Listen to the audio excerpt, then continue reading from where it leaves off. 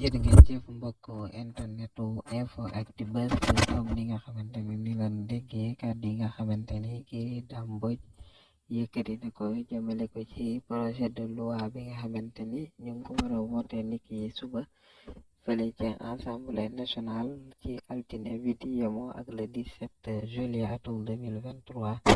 ginnaaw bi nga xamante ni ki di président Macky Sall jël na dogal da di dugal projet de loi bi ngir modification yi nga xamante ni ñoo ngi ko ciy def yi nga xamante ni ki di Dame Mbodj def na ko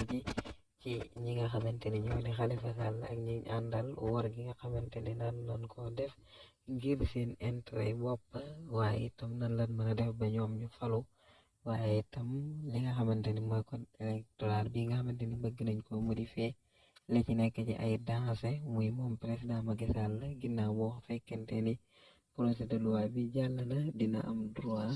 tas ensemble bi bis bu ko neexee saa bu ko neexee comme ni nga xamante ni lan waxoon ni kenn mayu ko mu tas ka lu dul ni dafa am ñaari at